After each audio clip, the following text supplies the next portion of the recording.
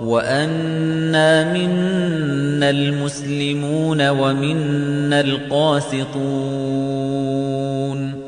فَمَنْ أَسْلَمَ فَأُولَئِكَ تَحَرَّوْا رَشَدًا. Assalamu alaikum wa rahmatullah. Aujourd'hui, nous allons vous raconter l'histoire de Bilal, le mu'addin du prophète alayhi salatu wassalam. Bilal grandit à la Mecque, la mère des cités. Il était esclave et appartenait à des orphelins de la tribu des Beni Abd ad-Dar. Leur père avait confié la tutelle de ses enfants à Umayya ibn Khalaf, une des têtes de la mécréance à Mecca. Lorsque, à la lumière de la nouvelle religion, la Mecque s'illumina et que le plus grand des prophètes professa l'attestation de foi, Bilal fut l'un des premiers à embrasser l'islam. Moins de 10 personnes avaient annoncé leur conversion à l'islam. Ils étaient les tout premiers à leur tête, Khadija bint Khuwaylid, Abu Bakr le véridique, Ali ibn Abi Talib, Ammar ibn Yasir, sa mère Soumaïa, Suhayb al-Rummi et Al-Miqdad ibn Aswad. Bilal avait rencontré de la part des polythéistes des méfaits que personne n'avait connus. Il avait enduré leurs sévices, leur tyrannie et la dureté de leur cœur comme aucun homme. Lui et les faibles musulmans qui l'accompagnaient avaient patienté face à ces épreuves sur la voie d'Allah et nul n'avait jusque-là fait preuve d'autant de patience. Abu Bakr le véridique et Ali ibn Abi Talib disposaient tous les deux d'un clan qui dissuadait quiconque de leur causer du tort et les protégeait contre toutes les tentatives de leur nuire. Mais les faibles musulmans, ces hommes et ces femmes de condition servile, Quraysh les torturait de façon atroce afin qu'ils servent de leçon pour les autres. L'objectif étant de dissuader quiconque de l'idée de dénigrer leurs idoles et suivre la religion de Mohammed, alayhi salatu wassalam. Une équipe composée des polythéistes les plus coriaces, aux cœurs les plus durs se chargeait de les torturer. Abu Jahl s'occupait du cas de Soumaïa. Il l'insultait et la dénigrait. Puis il décocha une de ses flèches qui transperça le bas de son ventre pour ressortir dans son dos.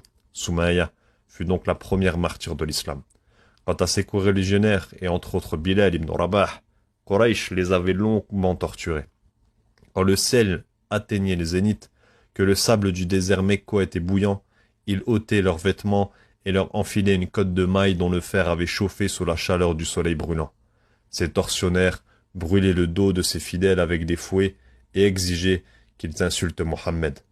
Lorsque les supplices devenaient insupportables, à bout de force, ils faisaient ce qu'ils réclamaient, bien que leur cœur restait attaché à Allah et à son prophète, à l'exception de Bilal, qui fit peu de cas de son âme pour la cause d'Allah.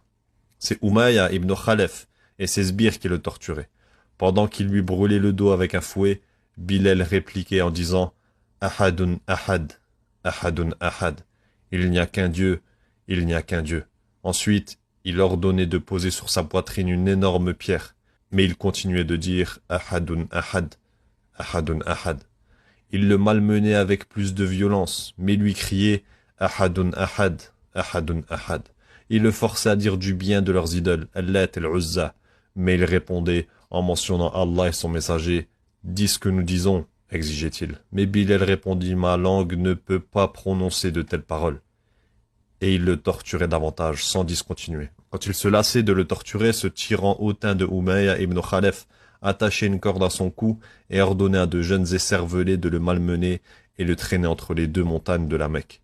Puis il ne cessait de répéter « Ahadun ahad, ahadun ahad ». Il ne se lassait pas de répéter ce qui était devenu son hymne et n'en était jamais rassasié.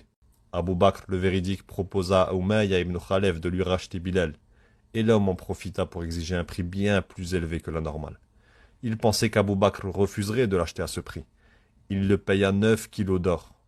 Une fois la transaction achevée, Umayya lui lança « Si tu ne m'avais proposé qu'un seul kilo d'or, je te l'aurais vendu. » Mais Abu Bakr rétorqua « Si tu n'avais accepté de me le vendre, même pour 100 kilos, je te l'aurais quand même acheté. » Il informa le prophète, alayhi salatu wassalam, qu'il avait racheté Bilal à Umayya pour le sauver des tortures qu'il lui faisait subir. Il lui demanda de l'associer à lui dans cet achat, mais Abu Bakr lui dit « Je l'ai affranchi pour qu'il retrouve sa liberté, ô messager d'Allah. » Bilal finira ses jours dans la région de Damas.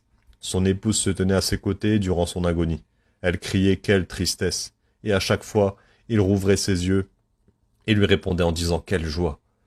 Il lâcha son dernier soupir en répétant ces mots « Demain nous rencontrerons notre bien-aimé Mohammed et ses compagnons.